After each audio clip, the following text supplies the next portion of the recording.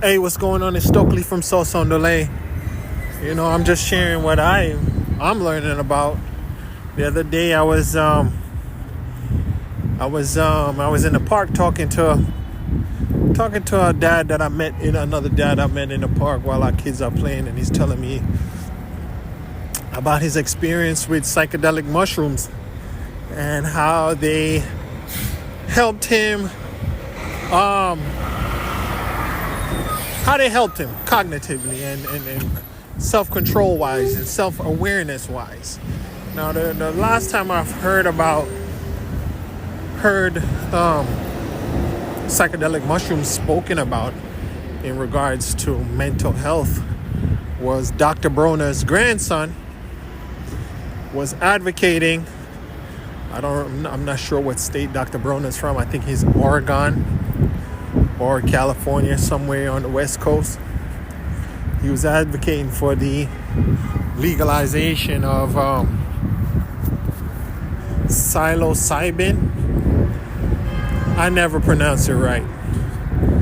Psilocybin as a treatment for mental health conditions. Anyhow, I was talking to my cousin the other day, and it was actually just this morning, and we were having a conversation about PMS and PMDD and the effects on women's behavior. And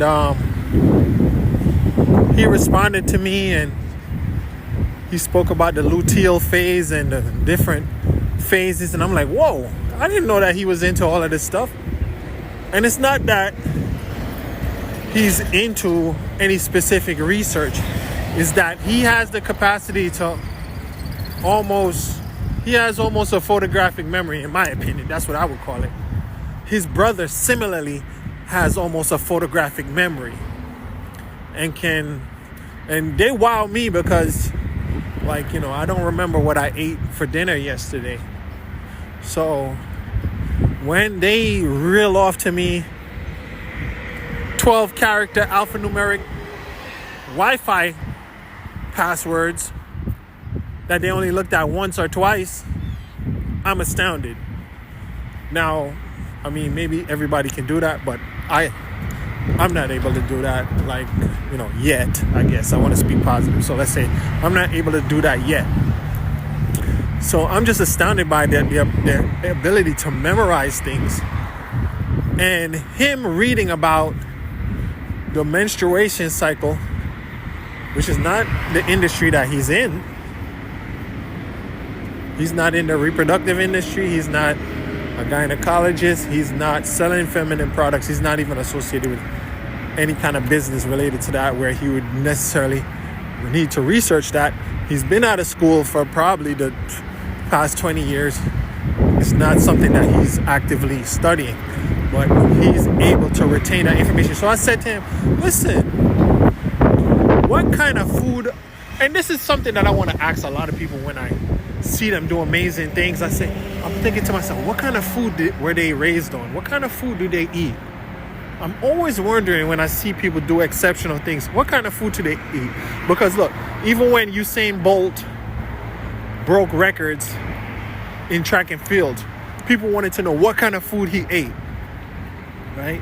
So I think it's one of the great questions to ask. You know what I mean? You want to find out someone's fundamental social, familial, cultural development. Now, we already know Usain Bolt is from Jamaica. We know whatever, maybe we know that he has a father. We know he has a mother, maybe. Whatever, we might know what high school he went to. But when it came to his physical ability, we want to know what kind of food did you eat to get that kind of energy, physical prowess, whatever. And I'm feeling that it doesn't just apply to your physical abilities, it also applies to your cognitive, in my opinion, And it also takes practice. It also takes discipline. It also takes exercise in your mind, yes, but you also want to put the right nutrients in.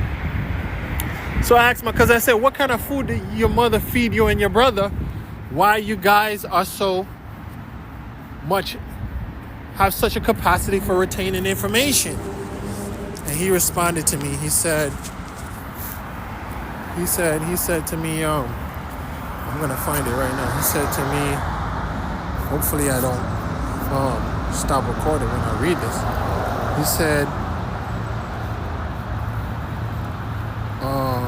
where is it? Where? He said, oh my gosh, functional mushrooms. And I thought he was talking about psychedelic mushrooms, but he's not. He said functional mushrooms are things like reishi, cordyceps, lion's mane, and turkey tail. So I'm like, wow, my mind is blown, you know. He's not even talking about psychedelic mushrooms. He's talking about regular mushrooms that you eat.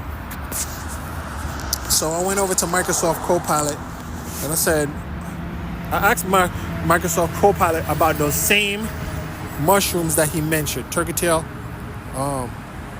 lion's mane, cordyceps, reishi. I heard about reishi before. So Microsoft Copilot responded. Several of these mushrooms, particularly lion's mane, cordyceps, and reishi, have been associated with potential cognitive benefits, though the evidence varies, right, in strength and specificity. So, first it lists lion's mane. So it says, most directly linked to brain development and neurogenesis. So lion's mane is the top one. I'm not going to go into all the details it's talking about, but it says lion's mane is number 1. Cordyceps are number 2, but they also give you energy and stamina and maximize the utilization of ATP. That's inside, from my limited understanding, inside your mitochondria. Then it says reishi, right? And it contains polysaccharides and anti-inflammatory. So we hear about reishi a lot. Now, the last one it lists is turkey tail. It says rich in PSP, PSK, known for immune modulation. So, you know, that just blew my mind. Mushrooms are something that are a low-cost type of food that are easy to grow. And they don't cost a lot to grow. They're growing mushrooms inside of garbage, you know. So it's something that's a very affordable method of generating food. I mean, I don't know how much nutritional value it has. I don't know how much food value it has, you know, regarding the remaining nutrients like carbohydrates, trace minerals, and all of that. But when it comes to cognitive abilities and the capacity that we're talking about right now, these mushrooms apparently have a great benefit regarding cognition, brain function, and energy. So let me just revisit what they're called in the order of their potency regarding psychological benefits, cognitive benefits. Lion's mane, cordyceps, reishi, and turkey tail. So, you know, there you go. I really don't know how they're cultivated, but I've seen where restaurants are, you know, growing mushrooms in the back of their buildings, just out of bags of garbage, out of compost, basically. So that's very interesting. Anyhow, thanks for listening.